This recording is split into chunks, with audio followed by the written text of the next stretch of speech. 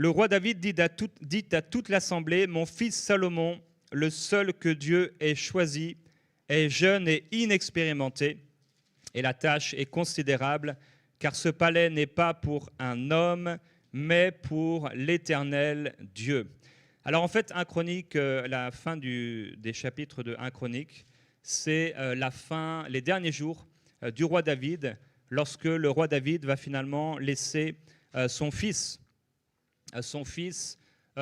pouvoir prendre la suite de son ministère. Donc je crois que c'est au chapitre 28.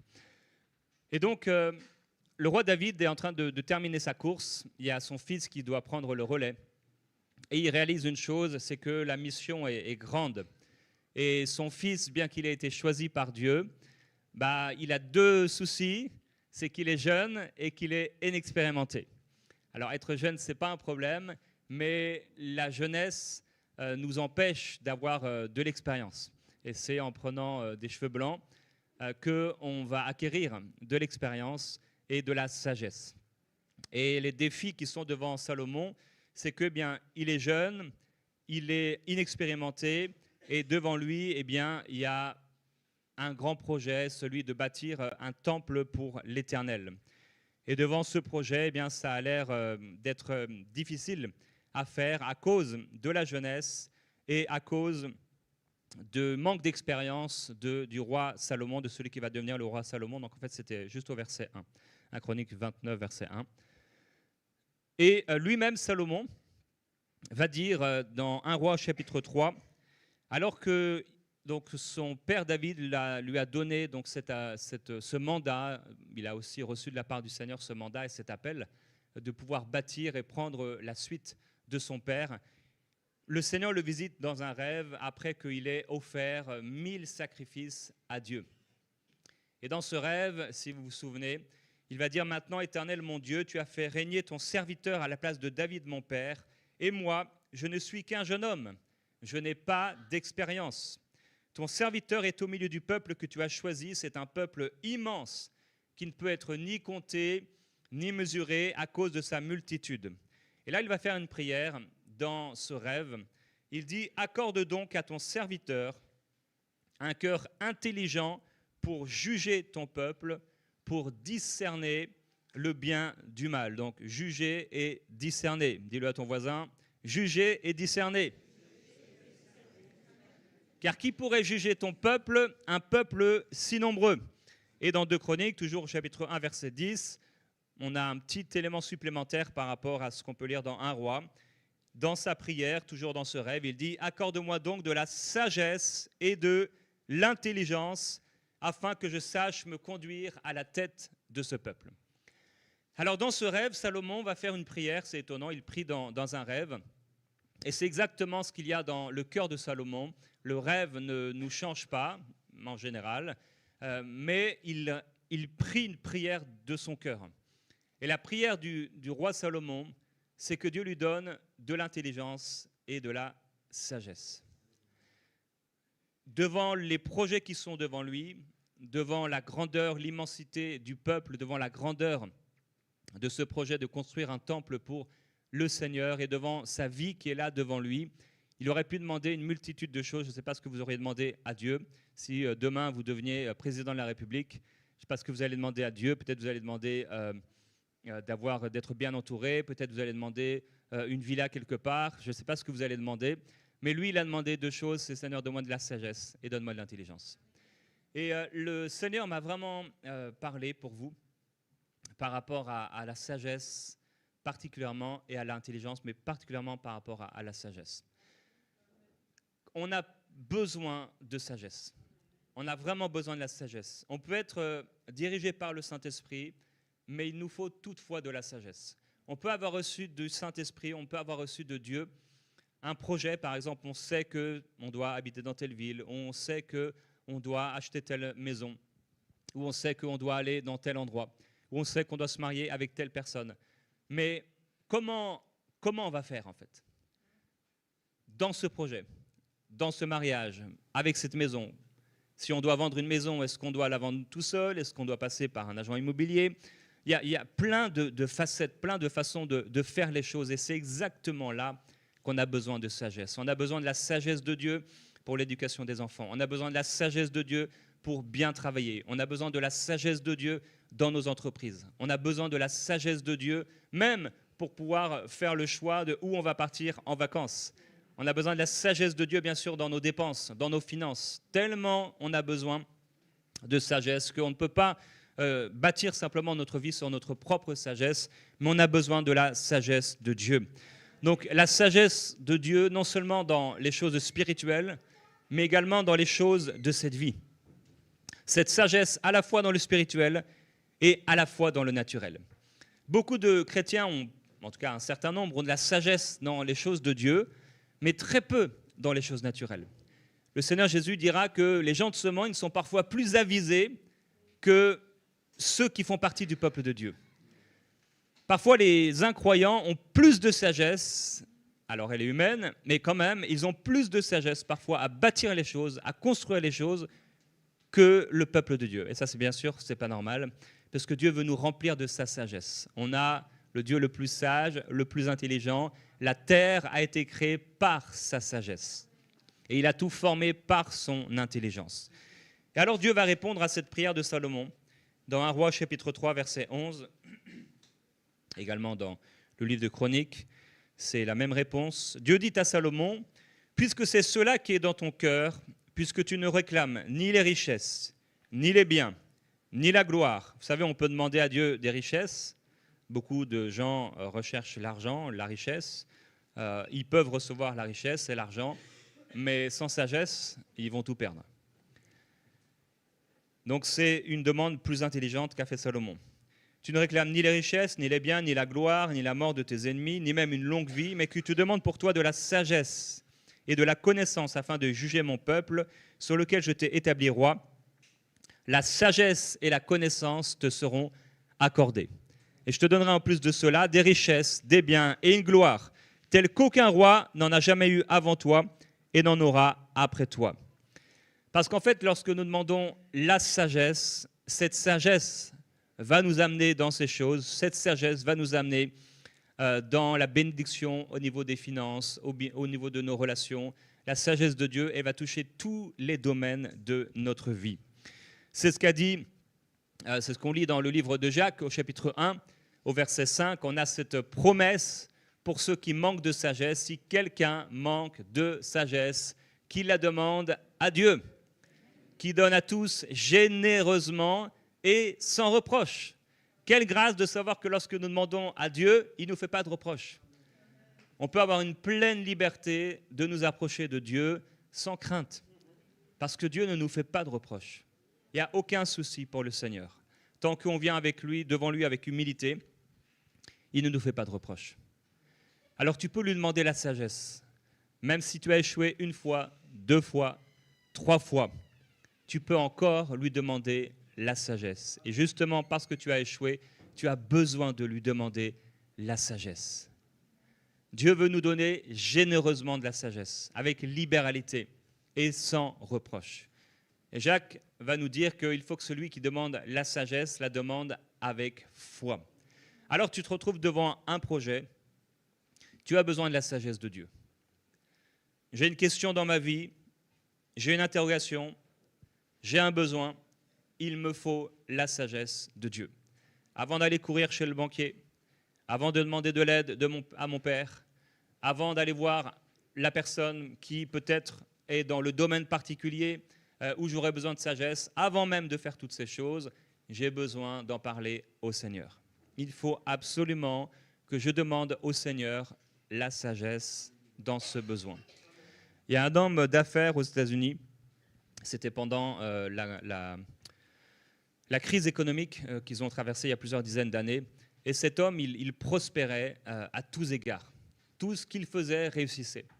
Et on a demandé à cet homme, mais comment ça se fait que pendant que toutes les entreprises s'écroulent et font faillite, tu réussis?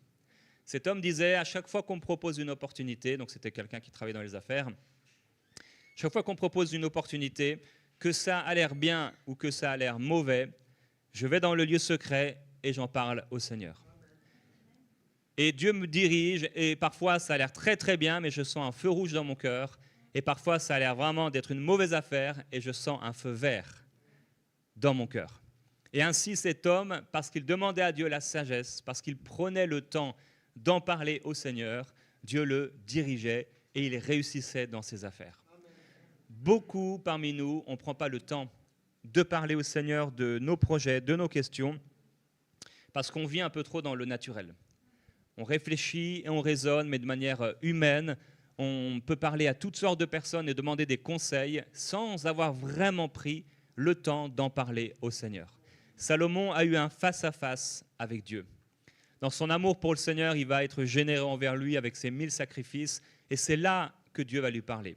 Quand tu vas aimer Dieu, et bon, ce ne sera pas le sujet d'aujourd'hui, mais dans ta générosité également, Dieu voit cela et Dieu honore cela.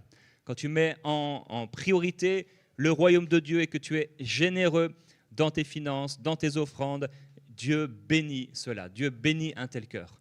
Et quand il a été généreux la nuit même, c'est là que le Seigneur est venu le visiter. Parfois, des gens pensent qu'ils peuvent ne pas donner à Dieu pendant qu'ils dépensent pour eux-mêmes. En réalité, on devrait pouvoir donner au Seigneur et mettre en priorité le royaume de Dieu. On ne se moque pas de Dieu, c'est qu'un homme aura semé, il le récoltera. Alors si on sème régulièrement dans le royaume de Dieu, on le récoltera de manière positive. Dieu prend soin de ceux qui se confient en lui et qui sont généreux dans son royaume. Donc, si on manque de sagesse, on peut la demander à Dieu. Et la demander avec foi. Donc, on est devant une question, un projet, on en parle au Seigneur dans le lieu secret. Comme Salomon qui a un face-à-face avec Dieu, on demande au Seigneur la sagesse. Mais on fait une prière de foi.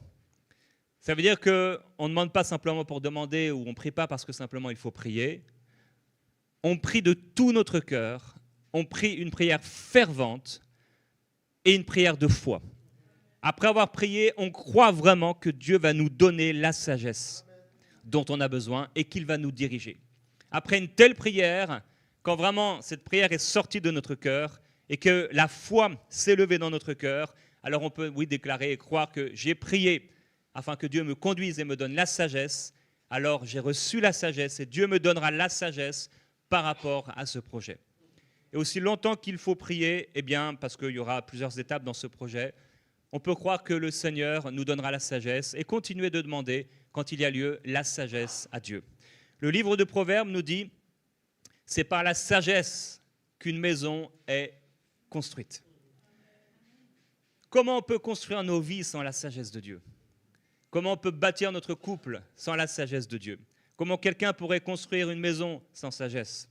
Cette maison s'écroulera. Et comment on peut construire notre maison spirituelle, notre vie, avec Dieu sans la sagesse ?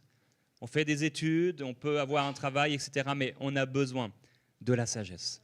On a besoin de la sagesse de Dieu. C'est par la sagesse qu'une maison est construite. Alors pour ceux qui suivent un peu EMCI, vous savez qu'on a donc construit le centre EMCI il y a un petit moment, 2 ans je crois. Et pour construire ce centre, il nous fallait de la sagesse. Quand vous allez acheter, déménager, construire, bâtir ou rénover, il vous faudra absolument de la sagesse. Vous allez avoir besoin de la sagesse de Dieu. Vous allez avoir besoin de la sagesse de Dieu par rapport aux finances, par rapport aux dépenses, par rapport au choix du matériel, par rapport au choix des entrepreneurs. Vous allez avoir besoin de la sagesse de Dieu par rapport à la comptabilité. Vous allez avoir besoin de la sagesse de Dieu par rapport à toutes les normes, à toutes les règles. Bref, tout un tas de domaines où vous aurez besoin de la sagesse de Dieu. On a besoin de la sagesse de Dieu et Dieu nous donnera sa sagesse.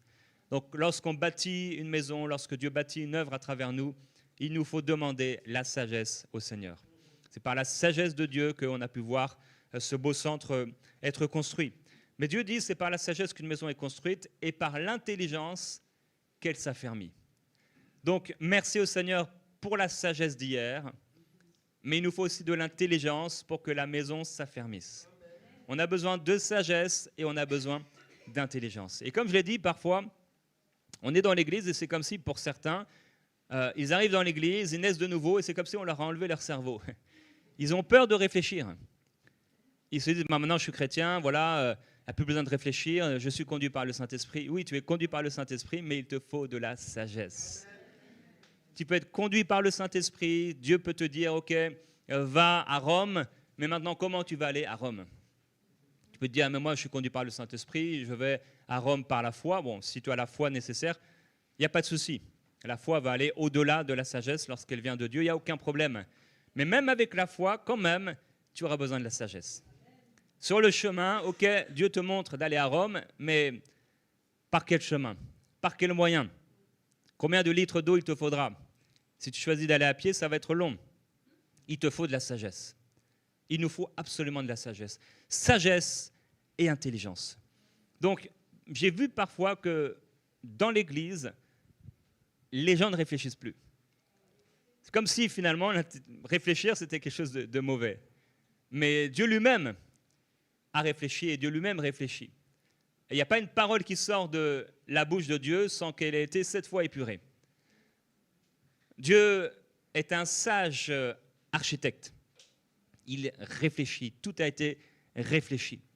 Et la réflexion, ça devrait être quelque chose qu'on possède, dans laquelle on marche pour pouvoir réussir dans tous les aspects de notre vie. Il nous faut réfléchir, il nous faut nous mettre à part. Et c'est par l'intelligence qu'elle s'affermit. Donc Dieu peut bâtir, et Dieu va bâtir, et Dieu a bâti au milieu de vous, mais c'est aussi l'intelligence. Donc pas seulement le spirituel, mais également le naturel. Et on a vu dans l'histoire de MCI comment les deux allaient vraiment ensemble. On a des gens de l'esprit au milieu de nous, et on a des gens vraiment très intelligents. On a des gens qui fonctionnent dans les deux, comme mon ami par exemple Michael, donc à la fois vraiment quelqu'un de très spirituel, un homme de foi, mais à la fois aussi quelqu'un de très intelligent, de très sage. Début d'année, là, on va être maintenant 100 personnes à temps plein. Donc pour salarier, pour s'occuper de 100 personnes à temps plein, il faut de l'intelligence, il faut de la sagesse. Là, actuellement, on est à peu près 70 et on doit recruter beaucoup pour le projet Ma Bible. Ça demande tellement de sagesse, tellement d'intelligence. Salomon était jeune et inexpérimenté, mais il n'y a pas de problème. Si tu demandes de la sagesse à Dieu, Dieu te la donnera. Amen. Salomon, tu es peut-être jeune, Salomon, tu es peut-être inexpérimenté, Salomon, c'est peut-être un projet que tu ne connais pas, un domaine que tu ne connais pas, mais je peux te donner une sagesse extraordinaire. Une sagesse qui va surpasser tous ceux qui sont du métier, tous ceux qui sont du domaine, parce que cette sagesse, elle est divine. Elle vient d'en haut. Dieu peut te donner cette sagesse. Ce n'était pas ton domaine, ce n'était pas ton travail, ce n'était pas ton métier, mais simplement par la sagesse de Dieu, tu réussis. Je connais qu'un homme comme ça, c'est un homme de Dieu. Il est évangéliste, pasteur, et il prêche. Et Dieu lui donne une telle sagesse qu'il se retrouve avec les gens les plus importants selon ce monde. Donc avec des présidents, avec des hommes d'affaires importants. Il organise et il est à la tête de plusieurs associations et entreprises. Mais il n'a pas du tout étudié dans ces domaines-là. Mais pas du tout. Et des fois, on se demande, mais qu'est-ce qu'il fait là? Il n'a rien à voir avec les gens qui sont là. Mais c'est parce qu'il reçoit de Dieu la sagesse et certainement aussi la faveur de Dieu. À un moment, il va avoir, juste après cette prière, donc dans ce rêve, et la réponse de Dieu, donc Dieu va lui dire, je vais te donner la sagesse. Il va se retrouver devant une situation avec 2 femmes. Donc 2 femmes vont venir auprès de Salomon, 2 femmes prostituées, et elles vont lui raconter une histoire, c'est que dans la nuit, elles avaient chacune un bébé, et l'une va dire que l'autre a pris son bébé et l'a remplacé par son bébé qui est mort dans la nuit. Donc il y a une des 2 qui a perdu son bébé, et l'autre apparemment va voler son bébé, et la femme en se réveillant va dire mais ça c'est pas mon bébé. Celui qui est mort, ce n'est pas mon bébé, on a pris mon bébé, et c'est donc la femme prostituée qui a pris son bébé. Donc les 2 femmes arrivent auprès de Salomon et vont lui dire, voilà, elle a pris mon bébé, non, c'est mon bébé, etc. Il se retrouve devant cette situation, qu'est-ce qu'on va faire? Mais par la grâce de Dieu, il a prié et il a reçu la sagesse de Dieu. Il va dire qu'on amène une épée, et maintenant, puisque vous ne réussissez pas à vous mettre d'accord, on va couper le bébé en 2, et chacun vous aurez une part. Et là, tout à coup, parmi les 2 femmes, une femme commence à crier et à dire « Non, s'il vous plaît, ne faites pas de mal à ce bébé. laissez-le en vie. Et l'autre va dire, oui, non, non, coupez-le. Et tout de suite, Salomon va savoir qui est la vraie mère. Et la Bible nous dit à ce moment-là, dans 1 Roi chapitre 3, verset 28, « Tout Israël apprit le jugement que le roi avait prononcé, et on craignit le roi, car on vit que la sagesse de Dieu était avec lui ou en lui pour le diriger dans ses jugements. » En fait, il y a tellement de situations dans nos vies où, humainement, c'est difficile. C'est difficile à connaître les tenants, les aboutissants. Les pasteurs, par exemple, ont besoin d'énormément de sagesse dans les rendez-vous pastoraux, parce qu'il y a la femme qui dit ça, après il y a le mari qui dit ça, qui a raison, c'est un peu comme les enfants. Et s'il n'y a pas la sagesse de Dieu, comment on va faire? Comment on va faire quand quelqu'un nous parle dans un domaine qui n'est pas le nôtre? Comment on va faire devant une situation? Comment on va faire pour commencer des rénovations alors que ce n'est pas notre domaine? La sagesse de Dieu. Et c'est une bonne nouvelle, Dieu te donnera de la sagesse. Si tu te confies dans le Seigneur, Dieu, tu auras assez de sagesse. Dieu te donnera assez de sagesse pour réussir cette entreprise. Avec le Seigneur, nous ferons des exploits. Dieu peut te donner de la sagesse. Et Dieu te donnera, comme à Salomon, de la sagesse pour pouvoir être dirigé dans tes jugements. Donc rappelez-vous, au début, il demandait quoi? Il demandait la sagesse et l'intelligence pour juger et pour diriger. Donc le jugement, savoir ce qui est bien, savoir ce qui est vrai, ce qui est faux, ce qui est mauvais.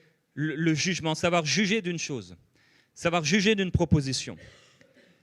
Donc, par exemple, j'ai dit, pour acheter d'une maison, il faut de la sagesse. La maison peut être bien, mais il faut de la sagesse et de la direction divine. Donc, en fait, c'est un peu ces trois choses qu'il va nous falloir. Il nous faut être dirigé par le Saint-Esprit, donc la direction divine. Il nous faut également du discernement et de la sagesse. Donc, au niveau de la direction divine, Dieu nous promet que si nous sommes ses enfants, on sera dirigé par le Saint-Esprit. Donc le Saint-Esprit nous dirigera. La direction divine, elle est reçue comment? Elle est reçue de plusieurs façons. On peut lire la parole et en lisant la parole, en méditant la parole, tout à coup, un verset des Écritures s'éclaire et s'illumine et on est en train de lire un verset qui concernait peut-être le peuple d'Israël ou Bartimée ou je ne sais qui. Et tout à coup, en lisant ce verset, ça s'applique à notre situation avec perfection. On sait que c'est Dieu qui est en train de nous parler. Et tout à coup, on a reçu la direction divine. Un jour, à l'âge de 20 ans, je voulais aller faire une école biblique. Et j'étais en prière par rapport à cela et je suis en train de lire, comme tous les jours, et je tombe dans le livre des Actes des Apôtres. Et je tombe sur ce verset qui dit que les apôtres vont rester une année entière à Antioche. Et là, ils vont participer aux réunions de l'Église, etc. Et pendant que je suis en train de lire ça, le Seigneur me montre qu'en fait, je dois rester encore dans mon Église pendant une année entière. Et c'est pendant cette année qu'on a reçu la vision d'enseigne-moi.com qui est devenue EMCI. Heureusement que j'avais la direction de Dieu. Parce que j'aurais été à l'école biblique pendant que mon ami Michael aurait reçu sa vision, serait parti tout seul et j'aurais peut-être pourri d'ailleurs dans cette école biblique. Ce n'était pas le plan de Dieu pour moi. Dieu avait un autre chemin. La sagesse des hommes, ce n'est pas la sagesse de Dieu. Et la sagesse de Dieu n'est pas celle des hommes. Les plans de Dieu ne sont pas nos plans. On ne peut pas baser notre vie sur notre expérience. Tu peux être excellent dans ton domaine d'expertise, tu peux avoir de l'expérience, mais tu as quand même besoin de la sagesse de Dieu. Tu ne peux pas aller dans ce projet parce que tu en as fait 50 qui ressemblaient à celui-ci et te dire que ça va bien aller, parce que là, tu deviens ton propre Dieu. Tu as besoin de la sagesse de Dieu.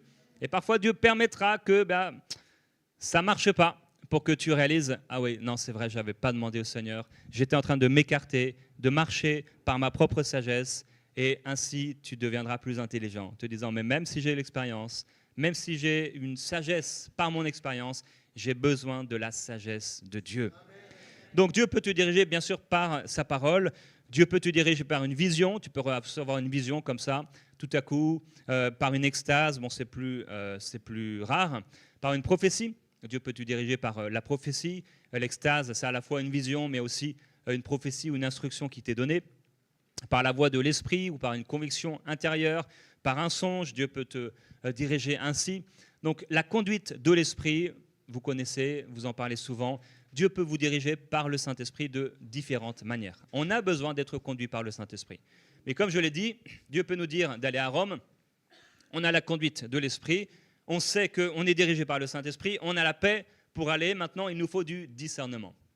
Donc, être conduit par l'Esprit et le discernement. Le discernement, c'est donc savoir discerner entre le bien et le mal, entre le faux et le vrai.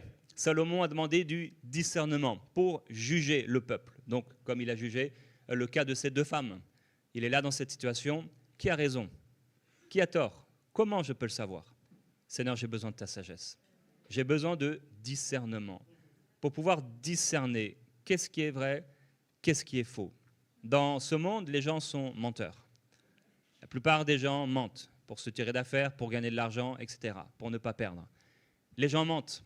Ils te proposent quelque chose et c'est un truc bidon et ils te font croire qu'ils mentent. Alors, comment on va faire? Ça a l'air d'être très bien. Ça a l'air d'être l'opportunité du siècle. Qu'est-ce qu'on va faire? On a besoin de discerner. Seigneur, donne-moi le discernement.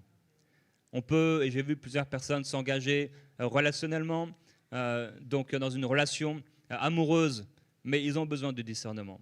Seigneur, mets à la lumière tout ce qui est caché. J'ai besoin de discerner.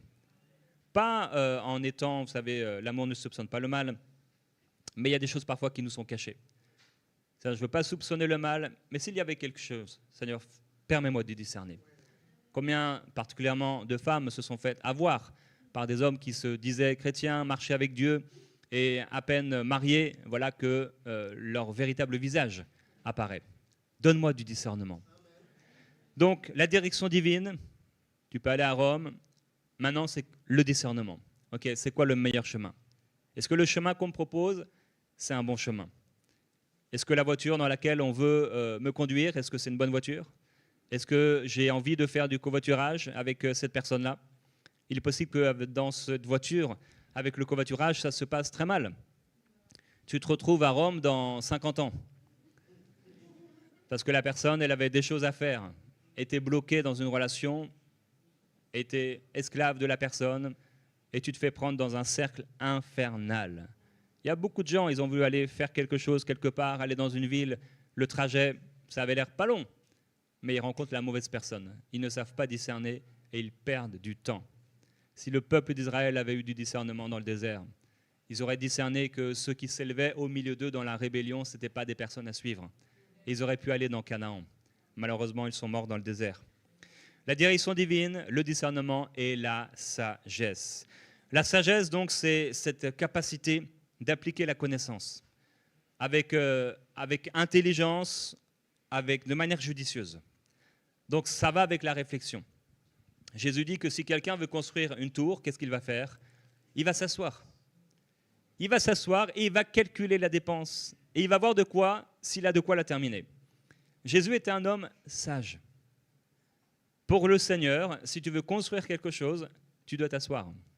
Alors, selon nos personnalités, pour certains, c'est très facile de s'asseoir, c'est dans leur personnalité. Ce sont des gens consciencieux, ils réfléchissent tout est bien noté, etc. Ce n'est pas notre personnalité, Stéphane. Hein? Nous, on est défenseurs. C'est plus difficile. Mais il faut quand même réussir et apprendre à s'asseoir. Et des fois, être aidé par des gens pour qu'on puisse s'asseoir ou qu'ils puissent s'asseoir peut-être pour nous. On donne la vision, ils s'assoient et on fonce ensemble. Et on va voir que cette sagesse que Dieu va donner à Salomon, en effet, va le faire réussir. Dans 1 Roi, au chapitre 5 et au verset 9, il est écrit « Dieu donna à Salomon de la sagesse, une très grande intelligence et des connaissances étendues comme le sable qui est au bord de la mer. » La sagesse de Salomon surpassait la sagesse de tous les fils de l'Orient et toute la sagesse des Égyptiens. Il était plus sage qu'aucun homme. Au verset 12, il a prononcé 3000 proverbes et ses chants sont au nombre de 1005. Il a parlé sur les arbres, etc., etc., etc. Et on venait de tous les peuples pour entendre la sagesse de Salomon. Cette prière, elle a été vraiment exaucée. La sagesse de Dieu était avec Salomon. Et cette sagesse lui a donné de réussir dans ses jugements, dans la construction du temple, dans les négociations. C'était un habile négociant. dans le commerce, dans ses relations, même au niveau de la nature. Il a su organiser les choses avec des jardins incroyables. Dans la condition humaine, Dieu lui a donné de la sagesse et de l'intelligence. Donc, il ne faut pas seulement de la sagesse pour parler de Jésus autour de nous, même s'il en faut. Il faut de la sagesse en tout temps, dans tous les domaines. Parce qu'il y a des choses que nous ne connaissons pas. Il y a des choses que nous ne savons pas, dont on ne sait pas. On ne connaît pas. C'est caché à nos yeux. C'est caché à nos yeux. Et Dieu peut nous donner de la sagesse. Dans le livre de Jérémie, au chapitre 31, verset 33, Dieu nous fait une promesse. Il dit, voici l'alliance que je conclurai avec la maison d'Israël après ces jours-là. Je mettrai ma loi au-dedans d'eux, je l'écrirai sur leur cœur, je serai leur Dieu et ils seront mon peuple. Donc bien sûr, ça parlait de la nouvelle alliance et de l'esprit qui habiterait dans le cœur de ceux qui croiraient en Jésus. Celui-ci n'enseignera plus son prochain, ni celui-là son frère, en disant « Connaissez l'Éternel, car tous me connaîtront ». Dieu est en train de dire, et il était en train de dire à travers les différents prophètes de l'Ancien Testament, qu'il y aurait un moment où la loi ne serait plus inscrite sur des tables de pierre, mais la loi serait inscrite dans nos cœurs, dans le cœur de tous ceux qui naîtraient de nouveau. À partir du moment et du jour où nous sommes nés de nouveau, nous avons tout reçu. Nous avons tout pleinement en Jésus-Christ. Et nous avons reçu l'esprit de sagesse, l'esprit qui nous conduit. En réalité, on demande la sagesse à Dieu par humilité parce qu'on en a besoin, mais on a déjà en nous la sagesse. On a l'esprit de sagesse. Si on prend le temps de l'écouter, si on prend le temps de lui parler des choses que nous ne connaissons pas, que nous ne comprenons pas, on va recevoir cette sagesse. On va pouvoir appliquer cette sagesse. Cette sagesse, on a reçu l'esprit de sagesse. Cette sagesse, elle est en nous. Si tu es né de nouveau, eh bien, ils disent, celui-ci n'enseignera plus son prochain, pour dire, connais l'Éternel. Non, j'ai la sagesse de Dieu. J'ai l'intelligence de Dieu. Et la sagesse de Dieu, elle vient aussi avec le don de la parole de sagesse. La parole de sagesse, c'est un magnifique don. Tu es là et Dieu te donne une sagesse particulière. C'est une phrase et ça change tout.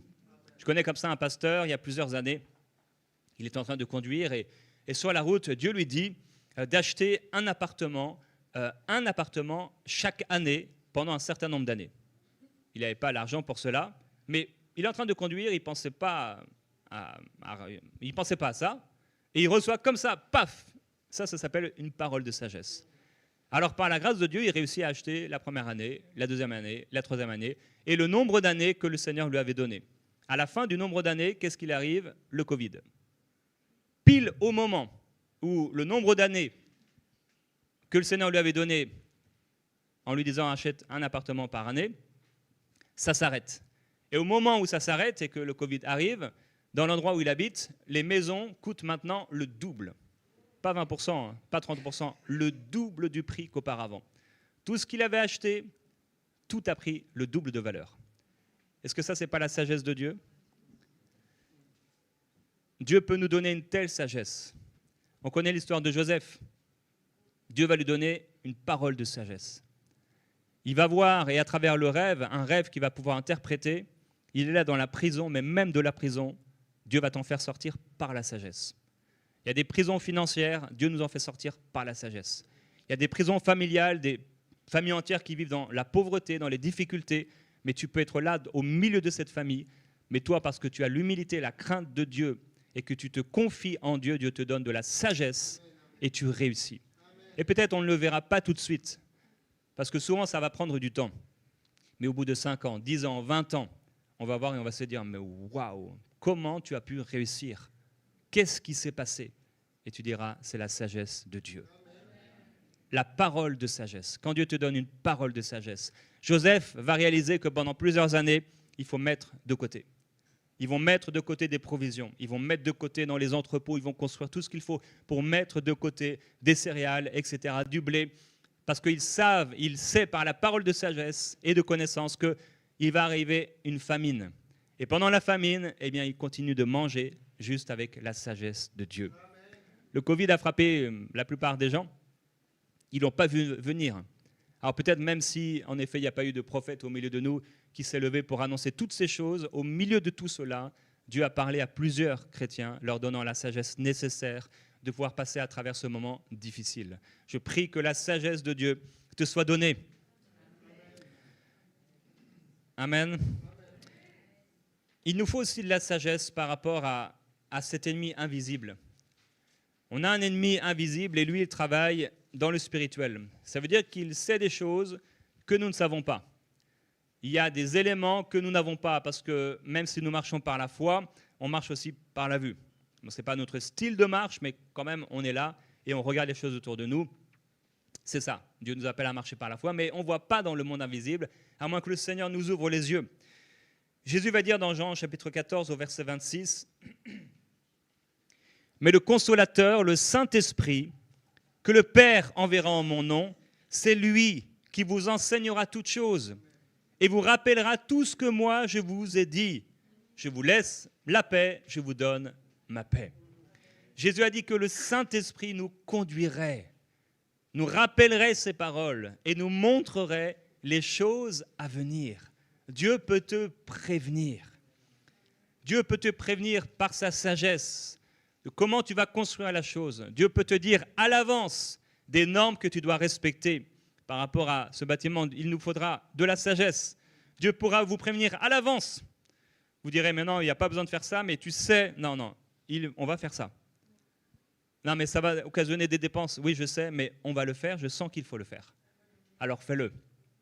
Et demain, on te dira, ouais, on a tellement bien fait de faire ça, parce que sinon, il aurait fallu tout détruire et reconstruire, etc. La sagesse de Dieu. La sagesse de Dieu. Dieu va vous donner de la sagesse. Et il dit au verset 30, « Je ne parlerai plus guère avec vous, car le prince du monde vient, il n'a rien en moi. » Alors, il faut de la sagesse, parce qu'il y a le prince du monde.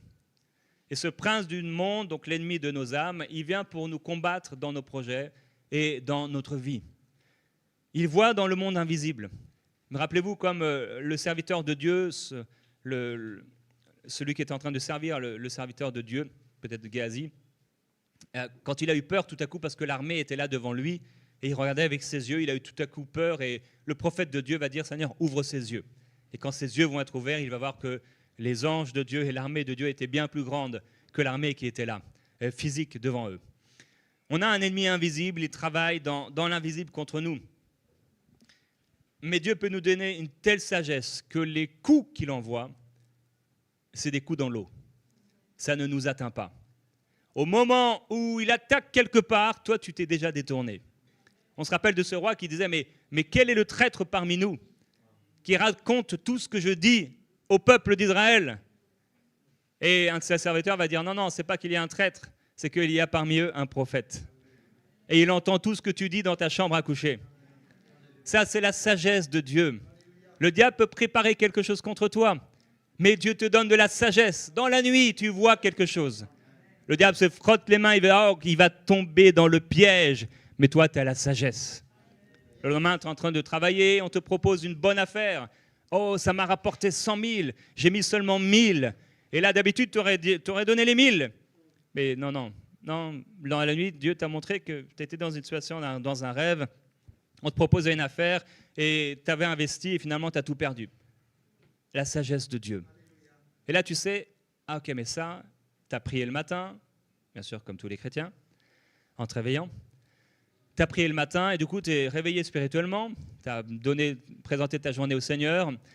Et tout à coup, tu es alerte spirituellement. En allant au travail, tu as bien sûr prié en langue, comme le font tous les chrétiens.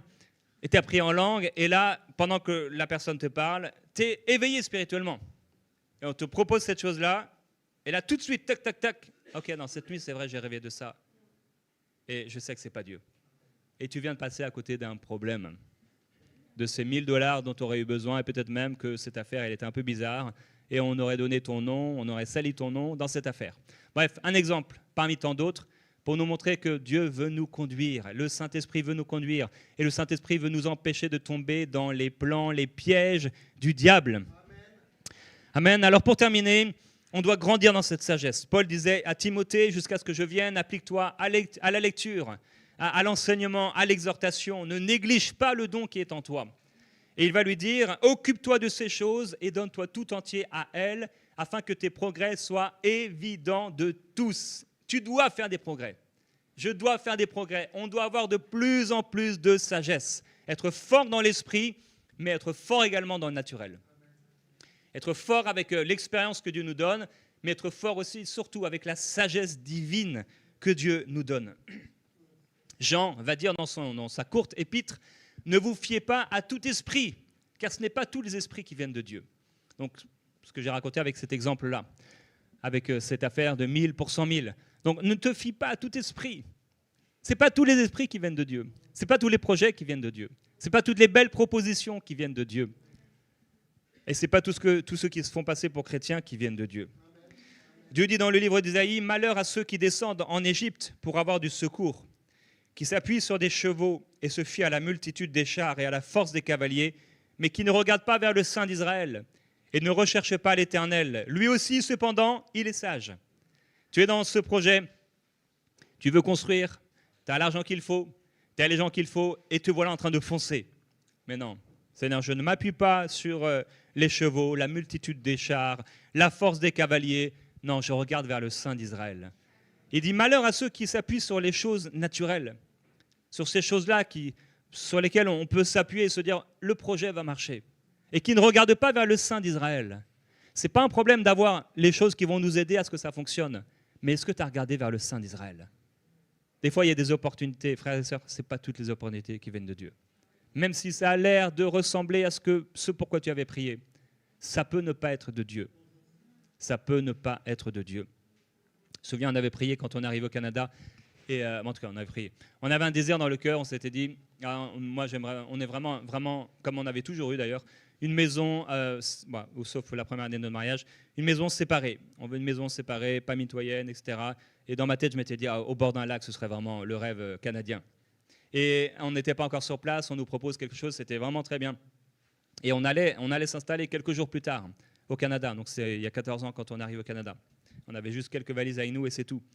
Et on nous propose, on est à quelques jours, donc qu'est-ce qu'on va faire? Est-ce qu'on va dire oui? Est-ce qu'on va dire oui même si ça ne correspondait pas à ce qu'on voulait? Ou est-ce qu'on va dire non, mais peut-être se retrouver dans un problème? Mais là, la foi a pris le dessus. On s'est dit non, c'est pas ça qu'on avait sur le cœur. Et on a dit non. Quelques jours plus tard, une maison au bord d'un lac nous est proposée à un prix qui était 2 fois moins cher que le loyer qui aurait pu être payé. Alors, il y a la sagesse, mais il y a aussi la foi. Ça marche ensemble. Si on te propose quelque chose, ça peut ressembler, mais ça peut ne pas être ça. Ça peut ne pas ressembler, mais il serait possible que ce soit ça aussi. Comment on va faire? On ne voit pas tout. On ne sait pas tout. On ne connaît pas tout. On a besoin de la sagesse de Dieu.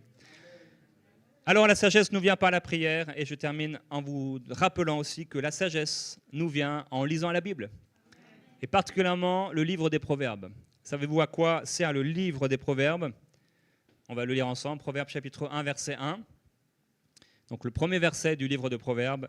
Proverbe de Salomon, fils de David, roi d'Israël, pour connaître la sagesse et l'instruction, pour comprendre les paroles de l'intelligence, pour recevoir des paroles ou des leçons de bon sens, de justice, d'équité et de droiture, pour donner aux simples du discernement, au jeune homme, donc celui qui manque d'expérience, il l'a vécu, de la connaissance et de la réflexion. Le livre des Proverbes a été écrit pour nous donner ces choses. Connaître la sagesse et l'instruction, comprendre les paroles de l'intelligence, recevoir des leçons. Peut-être nos parents n'ont pas pu nous donner de leçons dans tel ou tel domaine, mais Dieu peut nous les donner. Des leçons de bon sens pour donner du discernement, de la connaissance et de la réflexion. Et je termine avec le chapitre 3, au verset 5. « Confie-toi en l'Éternel de tout ton cœur. » J'aimerais qu'on puisse être en prière maintenant. Je vais prier une prière rapide. « Confie-toi en l'Éternel de tout ton cœur et ne t'appuie pas sur ta sagesse. Reconnais-le dans toutes tes voies et il aplanira tes sentiers. Ne sois pas sage à tes propres yeux et crains l'Éternel et détourne-toi du mal. Heureux l'homme qui a trouvé la sagesse et l'homme qui possède l'intelligence. Car le gain qu'elle procure est préférable à celui de l'argent, et le profit qu'on en tire vaut mieux que l'or. Elle est plus précieuse que les perles, elle a plus de valeur que tous les objets de vie, de prix. Dans la droite de la sagesse est une longue vie, dans sa gauche la richesse et la gloire. Ceux qui la possèdent sont heureux. C'est par la sagesse que l'Éternel a fondé la terre. C'est par l'intelligence qu'il a affermi les cieux. Mon fils, que ces enseignements ne s'éloignent pas de tes yeux. Garde la sagesse et la réflexion. Elles seront la vie de ton âme et l'ornement de ton cou. Alors tu marcheras avec assurance dans ton chemin et ton pied ne heurtera pas. Si tu te couches, tu seras sans crainte. Et quand tu seras couché, ton sommeil sera doux. Seigneur, aujourd'hui, tu nous as parlé de sagesse et d'intelligence parce qu'il y a des choses qui sont là devant nous que nous ne connaissons pas encore et tu veux prophétiquement parler à l'Église, à cette Église, en disant à cette Église qu'il faudra et qu'il leur faudra beaucoup de sagesse et d'intelligence. Mais tu nous promets que tu nous donneras cette sagesse, que nous avons besoin et que nous aurons besoin de temps de prière pour pouvoir vraiment régulièrement, tout au long des projets qui sont là devant nous, prendre le temps à part, de recevoir la sagesse et prier avec foi. Père, que personne ne soit là pour reculer, marcher, revenir en arrière alors que tu demandes d'avancer. Et que simplement nous puissions avancer tous ensemble au point où nous sommes parvenus avec sagesse et avec foi. Tu vas te glorifier dans les prochains mois, Seigneur, dans cette Église. Tu vas permettre d'avancer, d'aller de l'avant. Merci pour la sagesse que tu donnes à l'Église. Merci également pour la sagesse et l'intelligence que tu donnes à chaque croyant, à tous les visiteurs qui sont là ce matin, mais aussi à chaque membre de cette Église. Il y a une sagesse corporative. Il y a quelque chose qui vient du ciel. Merci pour cette sagesse. Merci pour cette intelligence. Mon frère, ma soeur, si tu as manqué de sagesse, demande simplement au pardon, Seigneur, là où tu es. Dis-lui, Seigneur, pardonne-moi pour ce projet. Vous avez plusieurs personnes d'entre vous, vous avez fait des mauvais choix et vous vivez dans ces regrets. Mais aujourd'hui, le Seigneur veut enlever ce joug qui est là sur ta vie. Ne vis plus dans ces regrets. Dieu a la capacité de te donner et de te faire du bien. Reçois simplement la sagesse. Réjouis-toi, fille de Sion. Réjouis-toi, car ceux de la délaissée sont plus nombreux. Les enfants de la délaissée, de la femme stérile, sont plus nombreux que ceux de celle qui est mariée. Père, je veux te glorifier, te remercier de tout ce que tu vas faire de bon. Alors que nous écoutons ta parole, non comme la parole d'un homme, mais comme ta parole, nous voulons la mettre en pratique et prier dans les prochains jours pour recevoir ta sagesse au nom de Jésus-Christ.